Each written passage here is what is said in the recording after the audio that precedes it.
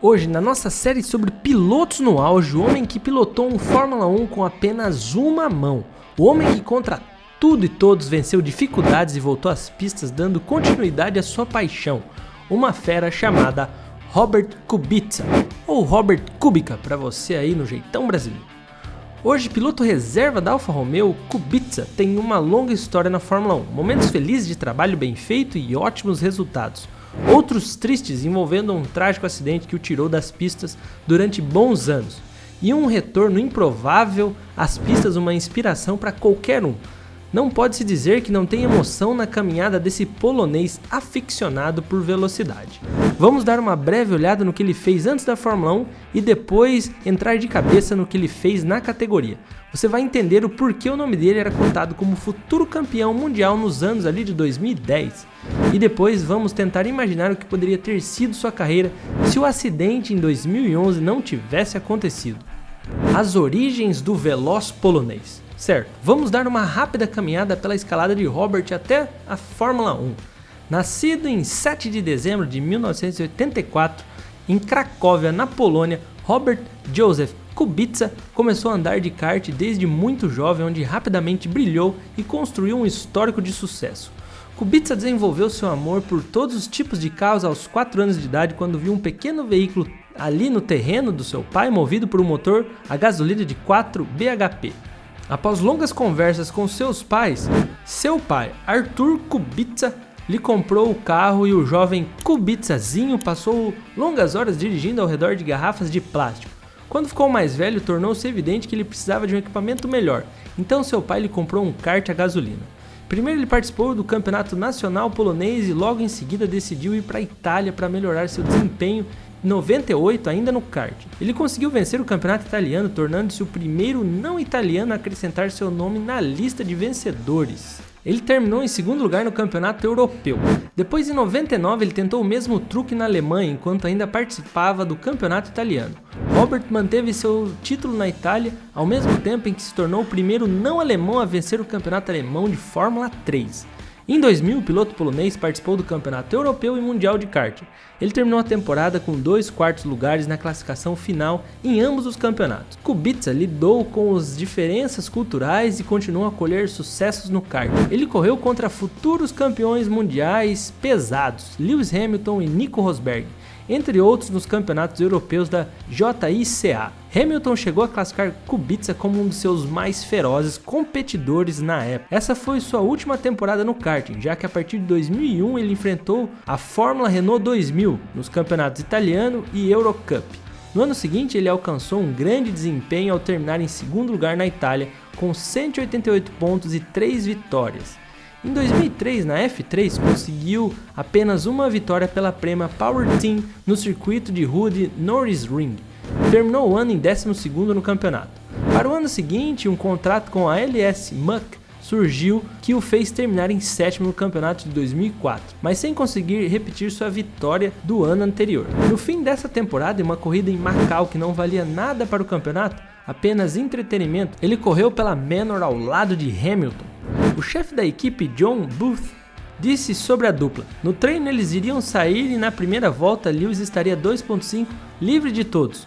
Kubica levou a pole para a corrida de qualificação à frente de Hamilton, mas Hamilton passou por ele na largada e acabou vencendo. No final, Kubica terminou em segundo lugar atrás de Alexander Primat, após Hamilton ter sido eliminado por Rosberg. Olha a treta dos dois aí já no passado, hein? No ano de 2005 se mudou para a World Series by Renault para correr pela Epsilon Euskadi. Kubica arrecadou o título, vencendo 4 corridas e subindo em 7 pódios, terminando a temporada com 156 pontos contra 116 do vice Adrian Valles. Isso lhe rendeu um teste com a equipe Renault F1, que não lhe ofereceu um lugar na equipe naquela ocasião, mas ao invés disso, Mario Tissien da BMW, que havia acabado de se tornar uma equipe de Fórmula 1 independente da Williams, acabou fisgando Kubica antes mesmo de lhe dar o próprio teste ali no carro da BMW. Pra gente fechar essa parte da história dessa fera, se liga nos melhores números dele aí durante o karting de 98 até 99, dá uma olhada aí. A jornada na Fórmula 1. Bom, em 2006 o polonês tomou lugar como terceiro piloto da BMW, chegando a completar 25 mil quilômetros de testes pela equipe. Ele enfim foi promovido a um dos pilotos de equipe ainda em 2006, enquanto Jacques Villeneuve deixou a categoria restando 6 corridas para o fim da temporada. Ele terminou nos pontos em sua estreia em Hungaroring, mas foi desclassificado por estar com o carro abaixo do peso. Ele mais do que compensou essa decepção em Monza, onde correu para o pódio apenas na sua terceira corrida de Fórmula 1 naquela modelo F106 BMW. A BMW manteve Kubica até 2007, que demorou a se acostumar com os novos pneus Bridgestone no início da temporada. Nesse ano, durante o GP do Canadá, sofreu um forte acidente ao tentar ultrapassar Jarno Trulli. O choque com o muro de concreto foi violentíssimo e o carro ricocheteou de volta para a pista. Para piorar, o que sobrou dos chassis começou a capotar enquanto pegou outro degrau na junção da grama com o asfalto. Por um milagre, nada de grave aconteceu com ele e na segunda-feira, pós-corrida, já havia recebido alta. No entanto, foi vetado do GP dos Estados Unidos por precauções médicas. No ano de 2008, trouxe a tão sonhada primeira vitória que todo novato quer arrecadar o mais rápido possível. Durante o GP do Canadá, uma batida entre Lewis Hamilton e Kimi Raikkonen deu para o polonês a liderança da prova, logo à frente de seu companheiro Nicky Heidfeld. Ambos os pilotos da BMW receberam a bandeirada final nessas posições e Kubica capitalizou sua primeira e única vitória na Fórmula 1. Nesse ano que pudemos ver o quão bom Robert Kubica era. Com um carro melhor que em 2007, ele finalmente pôde entregar resultados importantes para a equipe. Além da vitória do Canadá, levou 3 segundos lugares na Malásia, Mônaco e Japão, 3 terceiros lugares no Bahrein, Itália e em Valência, antigo GP da Europa. Com todos esses bons resultados, terminou a temporada em quarto colocado, empatado em pontos com Kimi Raikkonen na Ferrari com 75 pontos. No entanto, por ter uma vitória a mais, o finlandês ficou com a terceira colocação. As esperanças de que 2009 seria um ano em que a equipe poderia competir pelo título foram frustradas enquanto a BMW lutava para competir nas corridas ali de abertura. Houve poucos brilhantes momentos em 2009 para Kubica. Ele estava no rumo certo para um pódio em Melbourne antes de colidir com Sebastian Vettel. Foi somente quando a BMW trouxe uma grande atualização para o carro em Singapura, mais ou menos ali no meio da temporada, Kubica foi capaz de brigar por alguns pontos. Em Interlagos, ele terminou em um excelente segundo lugar atrás de Mark Webber, mas até então a BMW já havia anunciado que eles estavam desistindo da Fórmula 1. Com a BMW fora da jogada, Robert se muda para uma nova equipe em 2010, que também sofreu bastante no ano anterior, a Renault. A chegada de Kubica na equipe francesa tinha o peso de buscar uma recuperação mútua entre as partes. E deu certo, ele sempre tirou o máximo proveito do R30, colocando-o ao alcance das equipes de primeira linha, lá do topo. Ele se qualificou na primeira fileira em Mônaco e terminou no pódio atrás dos pilotos da Red Bull. Ele também estava no pódio em Spa e tinha trabalhado até um segundo lugar no início em Suzuka antes que uma roda caísse ali do seu carro e dava adeus à corrida. Houve pouca competição entre ele e o seu companheiro de equipe na época, o novato Vitaly Petrov. E à medida que a temporada se desenrolava, avançavam os rumores que apontavam Kubica no lugar de Felipe Massa na Ferrari ao lado de Fernando Alonso. Uma temporada espetacular para o piloto polonês que fez com que o que podia ali com o carro e que varreu para debaixo do tapete qualquer dúvida sobre sua qualidade e talento enquanto piloto. Inclusive ficava à frente de pilotos experientes como Rubinho e Michael Schumacher, que voltava de aposentadoria. Não seria exagero dizer que a única coisa que lhe faltava para brigar por um título era sim um carro competitivo. Além do mais, foi nesse ano que ele presenteou os fãs da Fórmula 1 de uma forma incrível a realizar uma ultrapassagem com apenas uma mão. O lance já é um clássico entre os fanáticos, se liga aí, editor, bota na tela.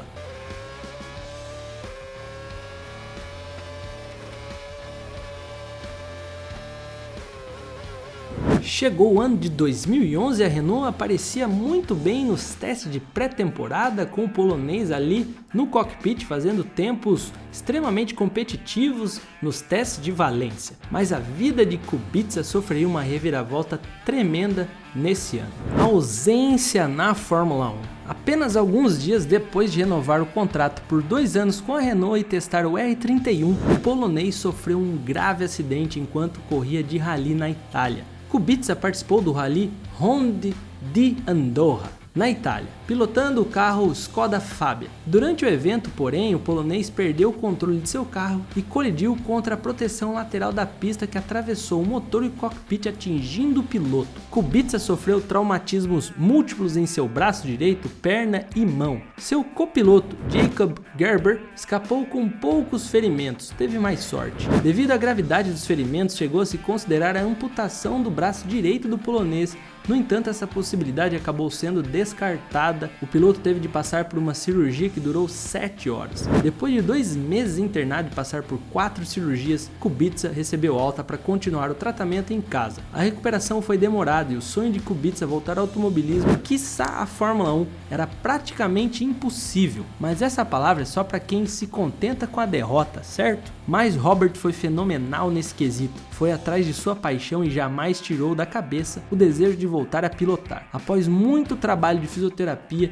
e contrariando todos aqueles que pensavam que ele jamais seria capaz de entrar novamente em um cockpit de Fórmula 1, Kubica conseguiu voltar a pilotar. Primeiro ele fez testes num carro da F3 em 2017, guiou novamente um carro da Fórmula 1 pela sua velha conhecida Renault. E para 2018 virou piloto de testes da Williams, até que em 2019 ele ganhou mais uma nova chance, provando sua força de vontade. Seria um dos pilotos principais para aquela temporada. No entanto, a Williams se encontrava em péssima fase e a temporada de Kubica foi bem apagada. Nunca saberemos o quanto as limitações de movimento do braço direito foram decisivas para a falta de resultados de Kubica na volta à Fórmula 1. Até porque o carro da Williams era terrível. Mas o fato é que Robert, no duelo interno contra Russell, acabou sendo superado. Até marcou um único pontinho da Williams naquele ano, mas foi numa circunstância especial com chuva e punições a outros pilotos. Em 2020, Kubica deu lugar a Williams ao estreante vice-campeão da F2, o fortíssimo Nicolas Latifi. Sentiu minha ironia aí, né? Bom, Robert se tornou piloto reserva da Alfa Romeo, que é tecnicamente a equipe em que ele estreou na Fórmula 1, que antigamente era chamada BMW Sauber, e continua tendo papel crucial na equipe, já que sempre foi inteligente quanto ao assunto é acerto e configuração de carros, sem mencionar que ter a opinião de um piloto experiente como Kubica é imprescindível para qualquer equipe. Inclusive, por muitos engenheiros e mecânicos, esse era um grande diferencial do polonês, a capacidade elevada de absorver muita informação e sensações ali do carro em uma única volta, levar para dentro da garagem tudo que pode para seus mecânicos e engenheiros de pista. Inclusive, quando você se perguntar por que ele ainda é chamado por equipes como piloto de testes e até piloto reserva, está aí a resposta: ajusta o carro como ninguém. Se em tempos de outrora era rápido e inteligente, hoje é um gênio em deixar o carro filezinho para os seus companheiros. Robert continua na Alfa até hoje e vira e mexe dá as caras em alguma corrida. Inclusive marcou presença no fim da semana do GP da Espanha de 2022, pilotando o carro do chinês Guan Yu Zhou durante a primeira sessão de treinos livres da sexta-feira. Será que foi para dar aquela ajustada ali no carro do chinês? Bom, por fim vamos dar uma olhada nos números de Kubica na Fórmula 1. Ele tem 97 corridas, 12 pódios, uma pole position e apenas uma solitária vitória, mas com muito brilho e maestria. E se não tivesse sofrido o acidente, seu destino seria outro? É fato que sequelas do acidente fizeram o desempenho de Kubica cair drasticamente em sua volta ao esporte a motor. O que pode nos fazer pensar é, e se Kubica não tivesse comparecido àquele rally na Itália em 2011? O que ele poderia ter alcançado na Fórmula 1? Ele seria campeão mundial? Como já estamos no campo da imaginação, qualquer coisa a partir daqui é pura especulação, mas vamos pensar com carinho nessas possibilidades. A temporada de 2010 e o amadurecimento ao longo da difícil temporada de 2009 de Kubica jogou luz em seu nome como piloto muito acima da média. Inclusive, ele era constantemente elogiado por Lewis Hamilton e Fernando Alonso, dois cascas grossas da época. Durante esse período, como dissemos antes, surgiu até mesmo um rumor de que ele seria o cara que substituiria Felipe Massa na Ferrari ao lado de Alonso. Já imaginou se isso tivesse acontecido? Seria no mínimo interessante ver Alonso ao lado de Kubica, até porque, muito diferente de quando Fernando dividiu o lugar com Lewis Hamilton na McLaren em 2007, o espanhol e Kubica eram amigos próximos. Kubica enfim sentaria num carro que lhe poderia proporcionar uma briga por título, ou pelo menos uma briga com Alonso por um vice-campeonato, já que a Red Bull de Sebastian Vettel costumava sobrar naqueles anos seguintes. Mas mesmo que ele não fosse para a Ferrari, nada impediria que outra equipe grande como Red Bull ou a recém-chegada Mercedes buscasse seu talento e sua experiência a fim de incrementar seus times. No início de 2011, o polonês havia renovado seu contrato por 2 anos com a Renault, mas no forte jogo de interesse da Fórmula 1 seria algo facilmente revertido e com certeza Robert aceitaria um lugar em uma outra equipe gigante. E aí? Você já estava ligado que o carequinha, piloto reserva da Alfa Romeo, tinha toda essa história na Fórmula 1? Uma caminhada de muito potencial que foi interrompida por uma tragédia. Mas os pilotos têm uma característica interessante que serve de lição para nós. Eles não se deixam vencer, não importa se você precisa vencer um rival em uma corrida ou uma barreira física que te impede de voltar às pistas. E Robert Kubica foi gigante, não somente em sua carreira, mas também em não se deixar abalar pelas dificuldades, usando sua paixão pelas pistas aí como combustível. No auge, tem que respeitar o carequinha. Robert Kubica, em seu auge, talvez seja um dos pilotos dessa série que fazemos aqui no canal que não teve seu auge propriamente falando. Um acidente lhe tirou essa chance, mas podemos tranquilamente falar depois de pesquisas e ir a fundo sobre a carreira do piloto. Esse auge seria de piloto campeão, com o título mundial desbancando os gigantes do grid daquela época. Sabemos que piloto mais carro competitivo é a receita, e piloto fera, bom, ele era. Faltaria apenas um carro que estava por vir, como dito antes, mas a lição que o polonês deixa é nunca desistir, e mesmo com uma mão, ele deu muito show. Mas e vocês, concordam conosco? O que acham da história de Kubica? Sabia de tudo isso? Responde aí pra nós. Ah, e a nível de curiosidade, correu com outros pilotos no auge, Alonso, Vettel e Rosberg. E dá pra você ver o vídeo desses 3 no auge aqui em 5 segundos. Se gostou desse, fica aí que já tá começando e te vejo já.